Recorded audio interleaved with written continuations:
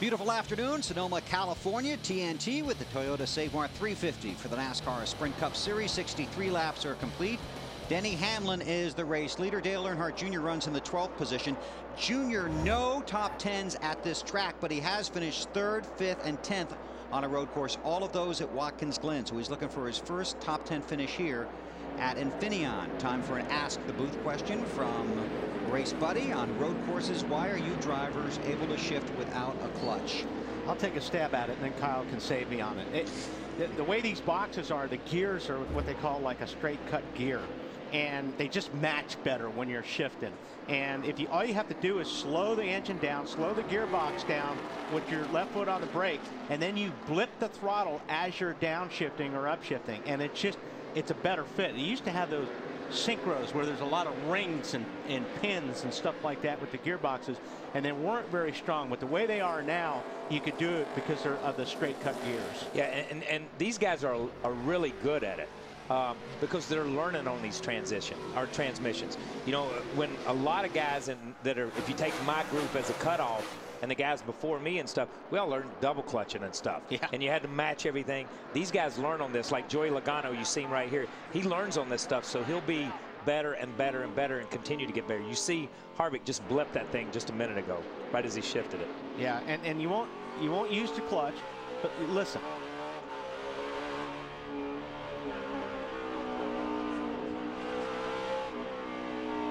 Now, once he's coming into this last corner, you'll watch him downshift right through here.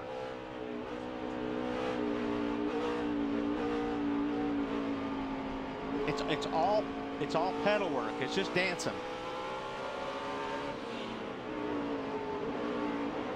See how he's blipping it? He's on the brake, and he's just blipping the throttle as he's downshifting all at the same time.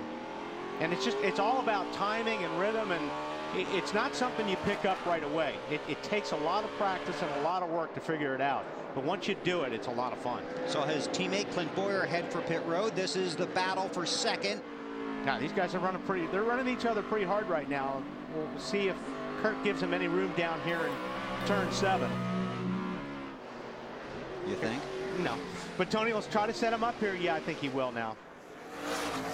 Yeah, I mean, Tony's by him, but this is a safe place to pass and a safe place to let somebody get in front of you.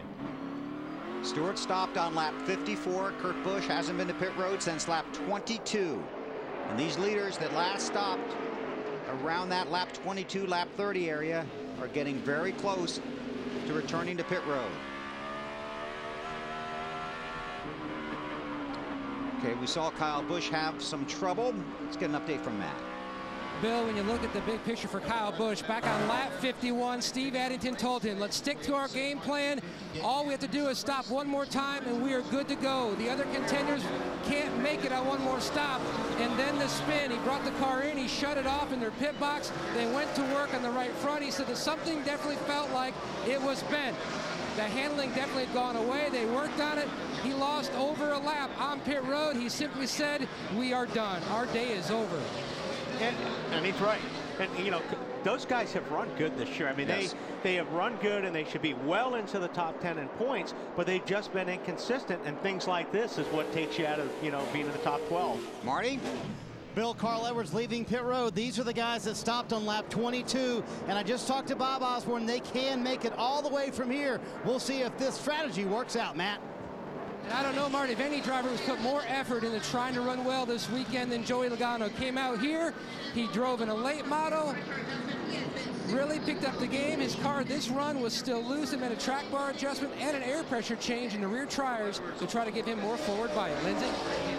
Matt Kenseth brings his car in. He had said that the front end damage had not caused an overheating problem, but they're rethinking this. He said they're going to have to fix some of that body damage. They'll give him 4 tires and fuel. They last pitted on lap 22. Yeah, he's got some issues there. He's got a lot of damage to the left front of that car.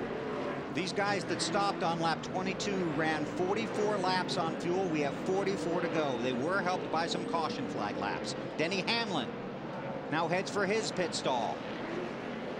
Scheduled length is 110 laps. 67 are complete.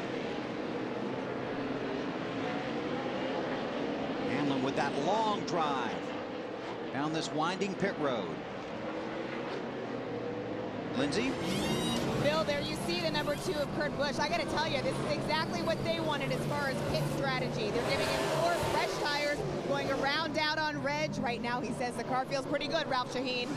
Denny Hamlin is in, the race leader. Watch the fuel man. Scott Wood, he's the most important part of this stop. He is going to be packing this car full of fuel. No changes. There he goes. He can go the distance from here, Lindsay. Yeah, you know what? Greg Biffle is in the 16 car. There you see him. His car chief working on the car. There you go. Goes away. They gave him 4 tires. Fuel, Greg says right now, a little bit loose, but should be tightening him up. And Kurt Busch beat Denny Hamlin out. And that's big. Here's the race off of pit road. It's a lot easier to pass somebody in the pits than it is on the racetrack. That's for sure. Boris said too fast exiting. Under green. That will be a dreadfully long pass-through penalty. Oh, that hurts. We saw how long it took Jimmy Johnson. He's just now back in the top 10 through pit strategies, some other stuff, to get back after his pass through under green. And it's a long ways on this pit lane. Tony Stewart, the race leader. Oh! For now. And that was it. He just locked up the right front. And like when you see these guys go sailing off into the corner because the car doesn't turn, it's because the right front isn't turning. Mr. McReynolds. Guys, these guys leading the race, like Stewart, Kane, Robbie Gordon, Ambrose, I just think the minute they get to their window that they can make it, they don't need to stretch this out. 2 things. One, those guys that just pitted are getting advantage of fresh tires. The other thing, if a caution comes out, we know the guys that just pitted, they're staying out, and these guys will be forced to come to pit road. I just think at the minute the window opens for their fuel, they better get to pit road. Larry.